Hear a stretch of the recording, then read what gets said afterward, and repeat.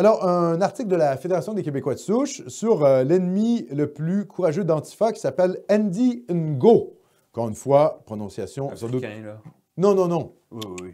Non, non, non, non, non, OK, non, OK, non, asiatique. non, OK, je viens de voir. Viet! Oui, oui. Le Vietnam! OK, OK. Ngo! OK. Comme Je pensais Nguyen. Ngai. Oui, il y a des... C'est vrai. NDI, Oui, il y a des noms... C'était vrai, tu as raison, il y a des noms africains qui commencent par NG. Oui. Mais dans ce cas-ci, on est vraiment au Vietnam. OK. L'Indochine française, hein, ex-Indochine française.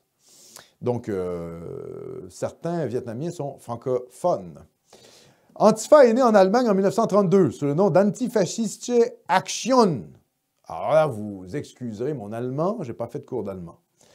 Donc, action antifasciste. Il utilisait à l'époque un logo à 2 drapeaux très similaire à celui qu'il utilise encore aujourd'hui, fondé par des membres du Parti communiste allemand, donc des totalitaires d'extrême gauche, et d'autres groupes de gauche. Il a combattu à la fois les nationaux-socialistes et les sociaux-démocrates, le plus grand parti de gauche à l'époque. Comme la version actuelle, sa conception du fascisme, entre guillemets, ou du fascisme, était large au point d'appeler parfois les sociaux-démocrates des sociaux-fascistes. Vous savez, les sociaux-démocrates, c'est des sociaux-fascistes. Les sociaux-démocrates, c'est genre le PQ, quoi. Bon, on est loin du fascisme. Ngo soutient que si Antifa prenait le pouvoir, nous aurions un régime comme celui des communistes est-allemands. Ce régime qui qualifiait la démocratie occidentale de fasciste. Le mur de Berlin était la barrière antifasciste, a supprimé la dissidence. Il a utilisé plus de 600 000 informateurs et installé des caméras et des microphones secrets dans les maisons des personnes sous surveillance. Voilà, donc là, on parle évidemment du régime d'Allemagne de l'Est. Alors, c'est un livre, c'est une récitation de ce livre-là sur Antifa, et ça démontre assez bien qu'en fait, c'est l'extrême gauche qui se dit antifasciste, mais qui en fait, c'est des milices d'extrême gauche. Et ils s'attaquent à tout ce qu'ils considèrent, eux, comme fascistes. Et si vous êtes un peu à leur droite, vous êtes déjà crypto-fasciste. Hein? Et quand vous êtes un social-démocrate, vous êtes vaguement...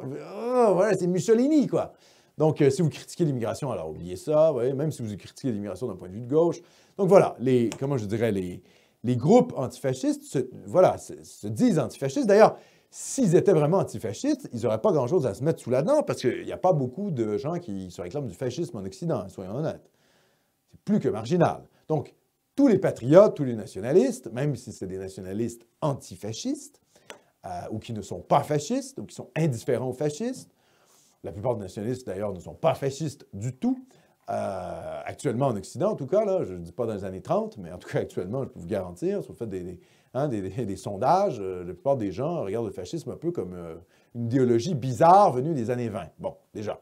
La plupart des nationalistes, donc, et à fortiori encore plus des patriotes, ne sont pas des fascistes. Donc, ces gens-là sont obligés de fasciser, en quelque sorte, leur adversaire pour pouvoir faire des actions contre eux. Et c'est pour vous dire que les racines de ce mouvement-là viennent vraiment de l'extrême gauche allemande, du Parti communiste totalitaire dur.